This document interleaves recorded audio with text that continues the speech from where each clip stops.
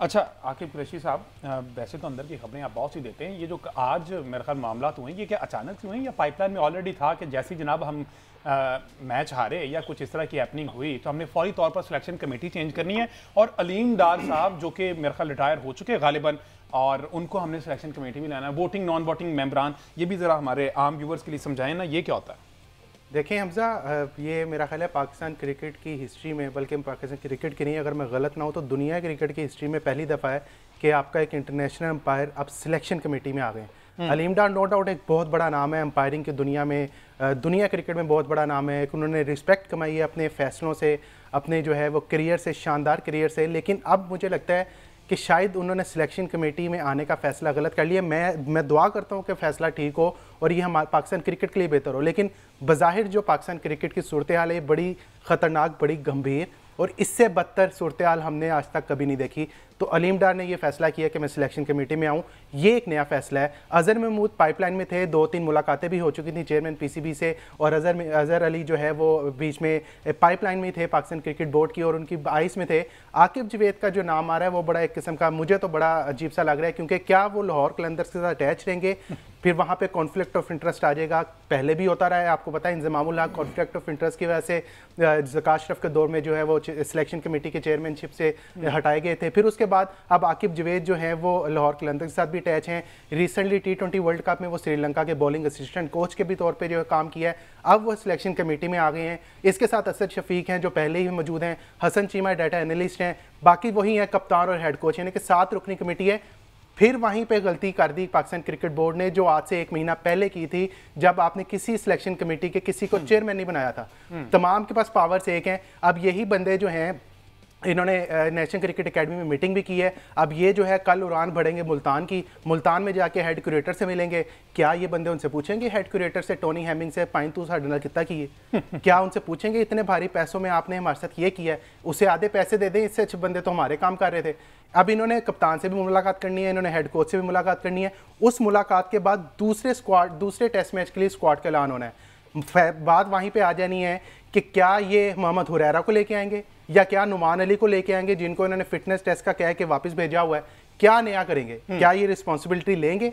देखिए इस वक्त जो पाकिस्तान की क्रिकेट है वो बदतरीन है और एक एक बच्चा छोटा बड़ा जो भी हो वो पाकिस्तान क्रिकेट से मुतनफर हो चुका है। Worst Pakistan cricket team at it. अच्छा, हमारे पास अगर प्रेस कॉन्फ्रेंस हो तो हम सुनवाएं कि आज शान मसूद, मतलब जिस तरह वो कहते हैं कि ये बड़ा अच्छा बोलते हैं, बड़ा अच्छा जो स्पीक करते हैं, मोटिवेशनल स्पीकर बहुत अच्छे हैं, लेकिन आज इन्होंने इंतहाई मायूस किया कि सारा मलबा 20 विकेटें लेने वाले बॉलर्स पे गिरा दिया।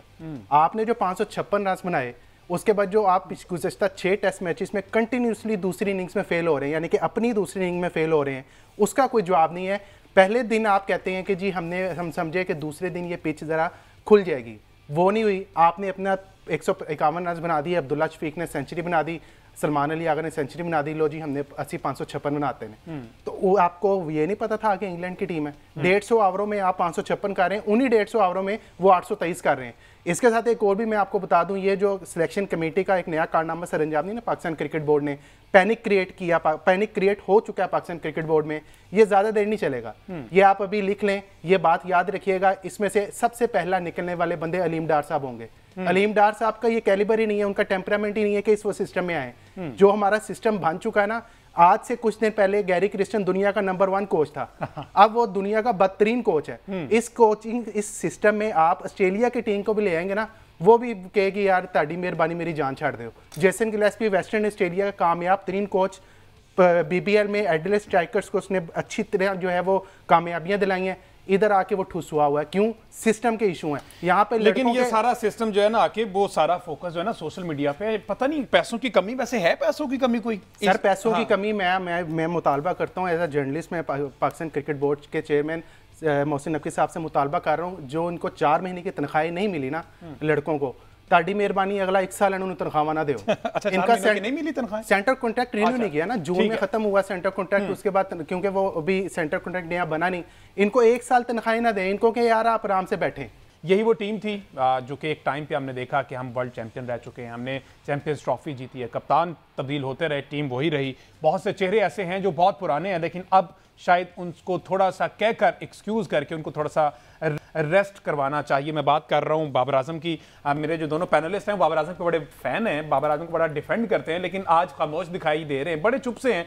उन्हीं से जानते हैं। जनाब आकिब कलिस्ता, पहले आपसे जानना चाहूँगा, 18 इनिंग्स हो गई हैं, एक एंड पे उसके अकेले के 317 रन हैं एक इनिंग में, और उधर बाबर द किंग, उन्होंने 18 इनिंग्स में एक भी 50 नहीं है। किस तरह से डिफेंड कर पाएंगे बाबर, किस तरह से अपने फैंस को फेस कर पाएंगे, आप ज़रा बताएं। सबसे अच्छी ऑप्शन यही है उसके पास कि वो फेस ही ना करे। अच्छा, आराम से बैठा रहे, आराम से कप्तानी के लालच में पड़ा रहे, दोबारा उसको 2 महीने बाद कप्तानी की ऑफर हो, कप्तानी ले ले, कबूल कर ले। 4 महीने बाद उसको कप्तानी छोड़ने का जो है वो डर लग जाए, कप्तानी छोड़ दे, तो यही कर सकता है। देखें, और नो डाउट बाबर आजम की बैटिंग जो है वो एबिलिटी से किसी को डाउट नहीं है, लेकिन आप वो जो बैड पैच है वो इतना बैड हो गया है कि वो गुड होने का नाम ही नहीं ले रहा। कोहली पे भी ये टाइम आया था, लेकिन बात भला क्या है, वो स्पोर्टिंग जो है ना, वो स्पोर्टिंग जो लेवल होता है वो हमारे पास भी नहीं है ऑब्वियसली, और इनके पास भी ये अजीबो गरीब किस्म का शिकार है। जब आप कप्तानी के लालचों में पड़ जाएंगे, जब आप कहेंगे मैंने सेंटर कॉन्ट्रैक्ट पे साइन नहीं करना, मेरी तनख्वाह बढ़ाओ, या मुझे कहेंगे जी मुझे हमें आईसीसी के रेवेन्यू से भी जो है पैसे दें, अगर आप यूट्यूब से इतने पैसे कमा रहे तो उसकी परसेंटेज हमें दें, तो ये चीज़ें फिर आपके साथ अंडरस्टूड हैं। अगर आप इसको कंपैरिजन करते हैं विराट कोहली के साथ, मैं विराट कोहली को बाबर के साथ कंपैरिजन हरगिज़ नहीं कर रहा, लेकिन मैं सिचुएशन को कंपैरिजन कर रहा हूँ। विराट कोहली के साथ जब बैड पैच था तो उसने बीसीसीआई से एक भी डिमांड नहीं की थी, इवन उसने खुद वॉलंटरी कहा था कि अगर मुझे रेस्ट करवाना तो करवा दें। आपको याद होगा रोहित शर्मा की प्रेस कॉन्फ्रेंस में उन्होंने एक दफ़ा दोबारा पूछा था, are you in your senses, कि विराट कोहली को बिठाना हमने।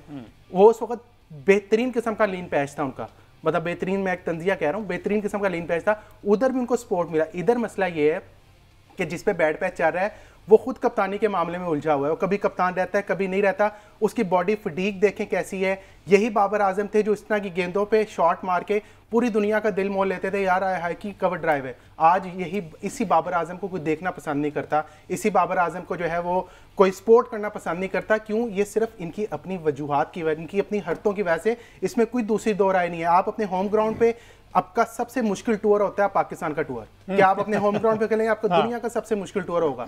आप बाहर के ममालिक में चले जाएं, आपको एक दो घंटे के लिए अच्छी फीलिंग्स आती हैं कि चलो यार हमारे लड़कों ने फाइट तो की है।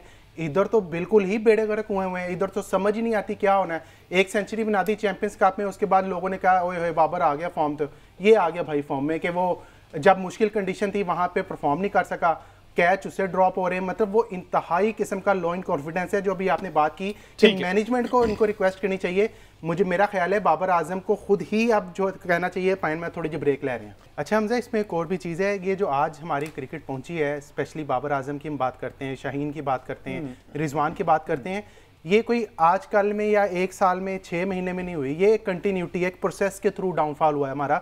और ये डाउनफॉल हमारा स्टार्ट हुआ था एशिया कप में। एशिया कप से पहले आपको मैं बार बार इसलिए कहता हूँ क्योंकि वो मेरे जहन में बैठ चुकी है वो ट्वीट, वो जब ये लड़के एक दूसरे के लिए ट्वीट करते थे, सोचना भी मना है, जब नजम सेठी ने हल्की सी एक चूंटी काटी थी कि बाबर आजम को हम हटाने लगे हैं, तो वो तब कहते थे सोचना भी मना है, आज कहते हैं तेरे बारे में मैंने सोचना भी नहीं है। तो ये एक कंटिन्यूटी थी लड़कों की आपस में, जो एक जेल था। इन्होंने हमें गंदी आदत डाल दी, क्योंकि इस तरह की हमने यूनिटी परफॉर्मेंसेस हमने देखी थी, लेकिन इस तरह की हमने यूनिटी कभी नहीं देखी थी।